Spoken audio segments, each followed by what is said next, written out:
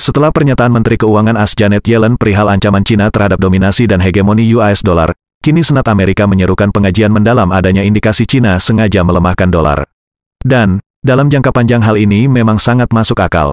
Tim ahli keuangan Amerika mendesak agar pemerintah Amerika bertindak secepatnya untuk mengamankan nilai tukar dolar dan sistem pembayaran dunia yang ada.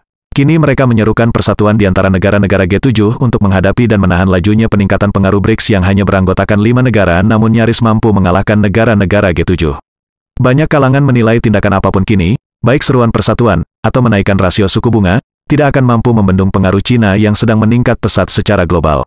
Negara-negara seperti Saudi dan Iran telah mengajukan permohonan untuk menjadi anggota BRICS, di mana kedua negara ini adalah pemilik cadangan sumber energi besar yang tidak pelak lagi dapat dipastikan akan membuat pengaruh BRICS meningkat pesat. Belum lagi permohonan negara-negara ekonomi kelas menengah seperti Malaysia, Thailand, Indonesia dan masih banyak lagi. Para pakar ekonomi Amerika mengakui, tindakan main hakim menggunakan senjata dolar dari AS telah memicu banyak negara kini mencari alternatif dan meninggalkan sistem pembayaran yang mendominasi dunia itu. Puncaknya adalah ketika Barat pimpinan Amerika telah menjatuhkan sanksi ekonomi besar-besaran kepada Rusia melalui sistem pembayaran mereka. Dunia menonton dan melihat betapa hal tersebut bisa saja menimpa mereka. Celah ini dengan cerdik dimanfaatkan oleh Cina yang selalu bermain cerdas untuk melemahkan dan sekaligus mematahkan dominasi Barat terhadap kontrol dunia melalui senjata ekonomi mereka sendiri.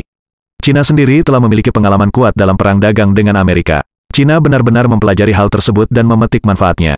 Akibat sanksi terhadap Rusia, Eropa kini masih dalam kesulitan besar. Swedia diperkirakan akan mengalami keruntuhan ekonomi yang paling parah pada akhir tahun ini.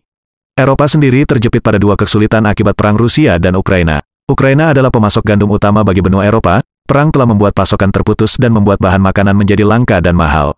Sementara dari Rusia, Eropa kehilangan sumber energi paling murah dan paling melimpah. Awalnya Amerika tidak terlalu terdampak. Awalnya Amerika tidak terlalu merasakan dampaknya. Amerika dapat berperan sebagai dewa penolong bagi Eropa. Ini kesempatan untuk memperkuat pengaruhnya kembali di Eropa setelah beberapa waktu merenggang.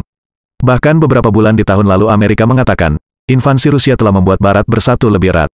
Tapi ketika perang berkepanjangan, persatuan itu mulai terpecah.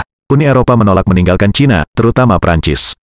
Cina sendiri tampaknya tahu persis, bahwa dalam jangka panjang Uni Eropa jauh lebih membutuhkan Beijing ketimbang Washington demi kemajuan ekonomi mereka.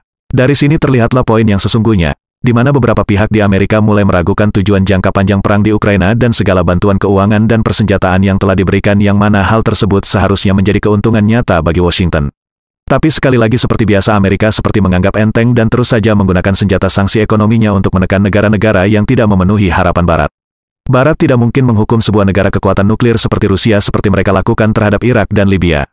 Satu-satunya cara bagi Amerika ya melalui kebijakan menjatuhkan sanksi keuangan seperti yang sudah terlanjur mereka hunuskan ke hadapan hidung Rusia dan Cina yang notabene adalah naga dan beruang.